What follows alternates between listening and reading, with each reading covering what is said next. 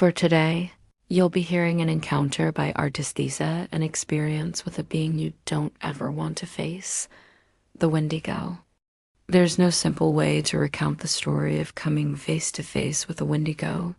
For my own safety, given the severity of what happened, I won't use my real name. You can call me Alex, but before we go any further, I need you to understand one crucial detail. This story is 100% true, without any exaggeration. So please, let's begin my horrifying, yet strangely eye-opening experience. It was September 13th, 2016. I was driving up the Bighorn Mountains, just above Buffalo, Wyoming. This was a routine for me. I'd make this trip 4 or 5 times a week. I packed my usual essentials, a couple of bottles of water, some Nutri-Grain bars, and my loaded handgun. I never gave a second thought to ghost stories or local legends about monsters. As far as I was concerned, the only real dangers in these mountains were the occasional predators and the unpredictable weather. But something felt different on that particular day. Instead of heading to my usual spot, I was drawn to a remote campsite called Hettinger, about 15 miles up from town. It's a breathtaking place. If you hop a small fence, you can climb to a peak and see the landscape stretch out for what feels like forever. As I stood there, gazing over the majestic, snow-covered panorama, my eyes caught something. A tall, slender figure marching purposefully through the deep powder.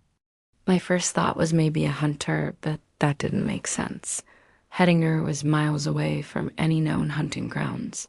To this day, I wish I'd just packed up my things and left right then and there. I wish I hadn't raised my binoculars to my eyes, but sometimes curiosity is a trap you can't escape.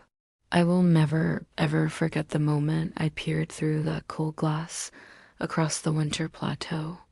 As I twisted the focus knob and the figure snapped into clarity, a wave of pure terror washed over me, and I dropped behind the rocks I was using for cover.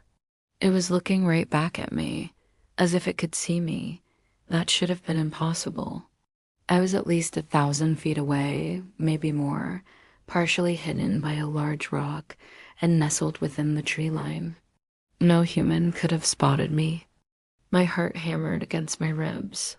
I cautiously peeked back over the rock, using only the very top of my head to get another look.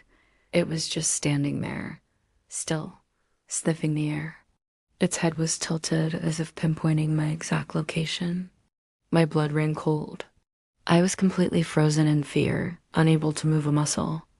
About 200 feet behind me, I remembered seeing a small rock cave, just a narrow fissure, really but big enough to squeeze into and deep enough to be swallowed by the darkness.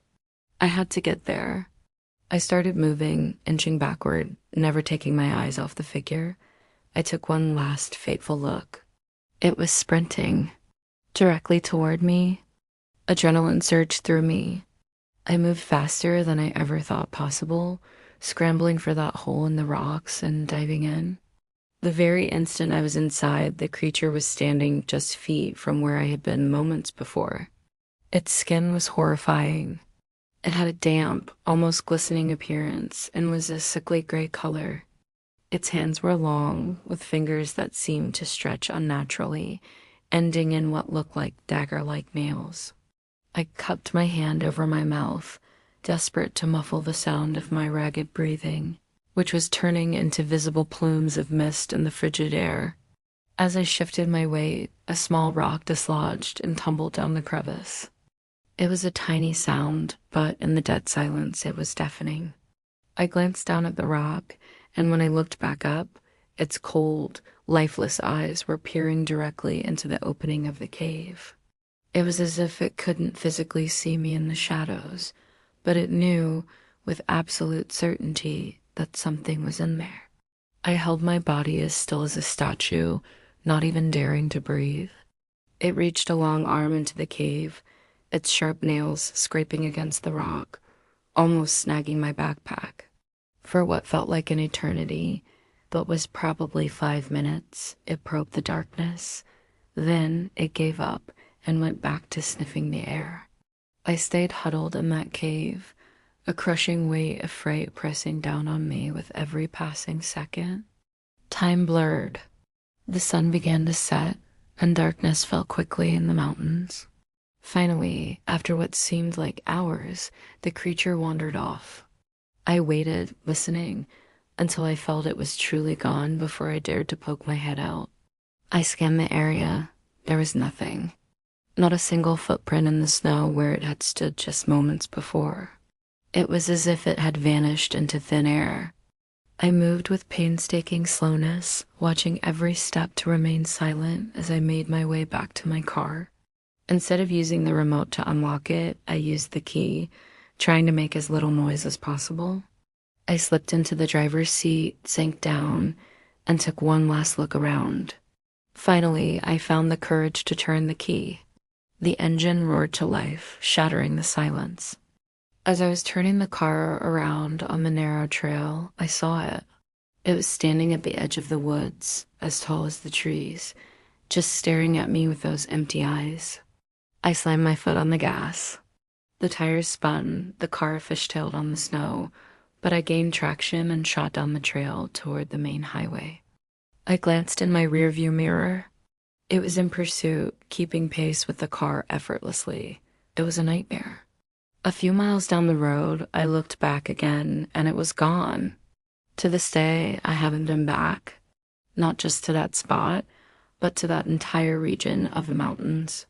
Later, I looked up the creature and found the myths and legends surrounding the Wendigo. I think you should too. It's a fascinating and chilling piece of folklore. Stay safe out there. And always remember, the world is far more vast and far stranger than we know. Thanks for listening to my story. If you want to hear more strange tales, be sure to like and subscribe. It really helps the channel out.